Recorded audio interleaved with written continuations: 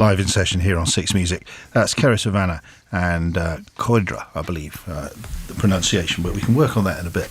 And beautiful stuff. I wanted to talk about what you do with trad songs in a bit, but we should talk about what you do with the triple harp first of all, because what is your approach? Obviously, this is a very iconic, traditional Welsh instrument. What is your approach to tackling it and playing it?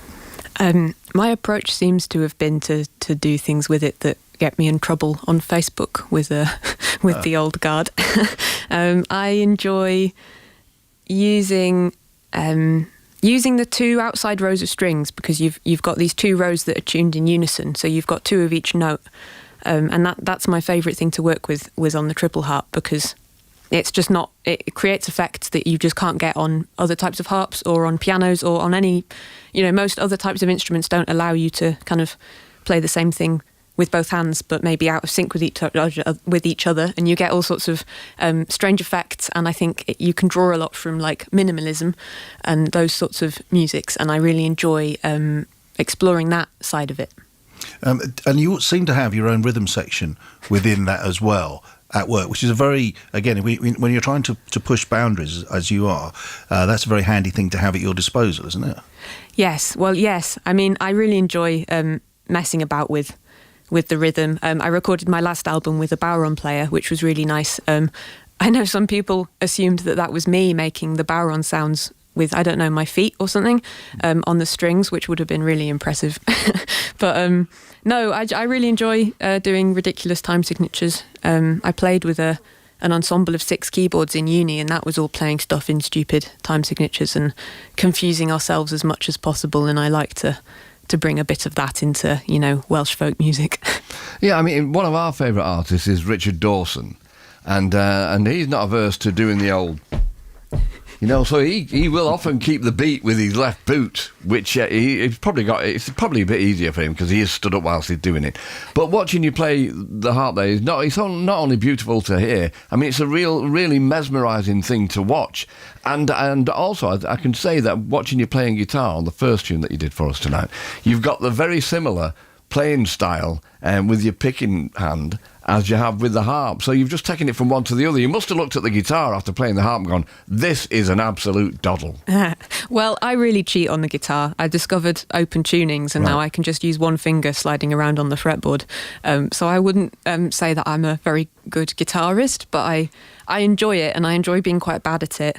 I enjoy just the kind of keeping it really simple. But yeah, I guess it's the same thing. I enjoy the kind of how tactile it is of pulling the string and that affecting the sound, and that's the same on the harp and the guitar. Well, you've made it the right instrument for you, which is brilliant.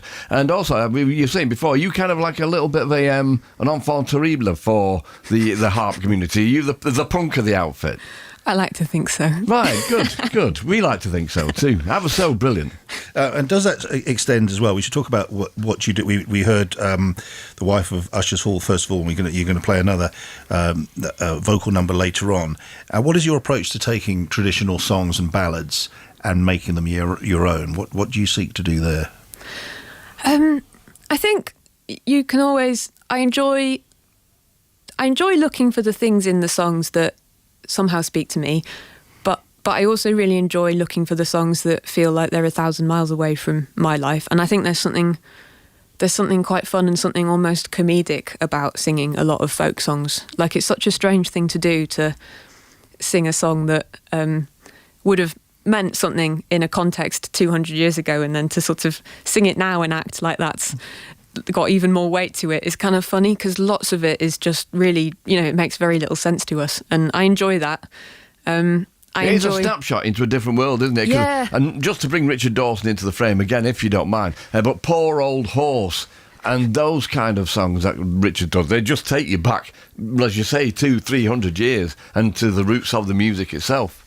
Yeah, and yeah, the EP that I released today, which The Wife of Usher's Well is from, and the one I'm going to do in a minute. It's all English and Scottish folk songs, which I hadn't done before. I'd only sung Welsh folk songs, and they were amazing. I picked them through this podcast that got started during lockdown, and I think the boys who ran that podcast had a thing for finding the weirdest ones out there, and there are some really, really strange snapshots into sort of the English psyche in Renaissance Yorkshire.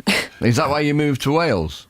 Yeah, to escape it all. Us. Yeah, I cannot blame you at all. Usher's Well, I said Hall earlier. I don't know what I was thinking of there. It was my handwriting as well. Do you ever feel quite often women and children copy it quite badly in these songs as well? Do you ever feel like changing the narrative?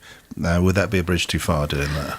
Yeah, I do. I think it's good to question a lot of the messages in those songs and the way in which certain people get portrayed. There's one song on the EP called Child Owlet, which I won't get into because it'd take about half an hour to try and explain the narrative, but I think there are lots of undertones to that are kind of problematic, or the message that it tries to tell is ultimately, if you kind of look under the surface a bit dodgy.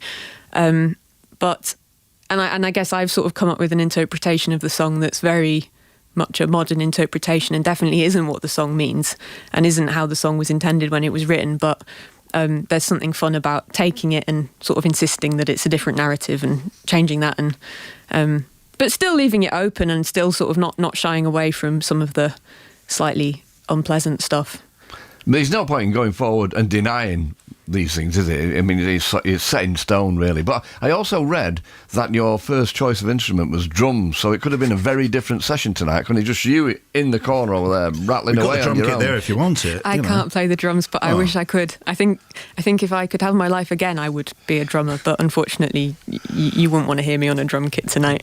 Right. Okay. We'd like to hear you on the triple harp as well. Again, if we could.